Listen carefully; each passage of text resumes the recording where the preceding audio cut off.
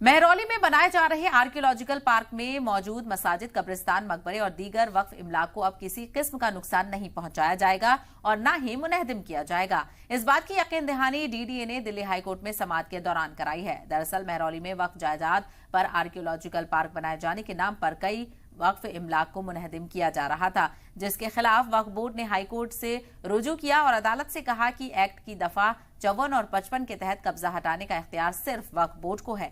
इसीलिए डीडीए को वक्फ इमलाक पर इन्हदामी कार्रवाई से रोका जाना चाहिए। इस पर डीडीए ने कोर्ट से कहा है कि बोर्ड की किसी इमलाक को नुकसान नहीं पहुंचाया जाएगा। कोर्ट ने दोनों फरीक का बयान रिकॉर्ड पर रख लिया है और डीडीए को अपने बयान पर कायम रहने का पाबंद करार दिया। वाज़ेह हो कि डीडीए वक्फ इमलाक पर आर्कियोलॉजिकल पार्क बनाना चाहता है, लेकिन सबसे बड़ा सवाल यह है कि ऐसी जगह पर पार्क बनाने का क्या मकसद है और इसके लिए डीडीए ने वक्फ बोर्ड से इजाजत क्यों नहीं ली। ये सवालात एजेंसियों की नीयत पर सवालिया निशान लगाते हैं।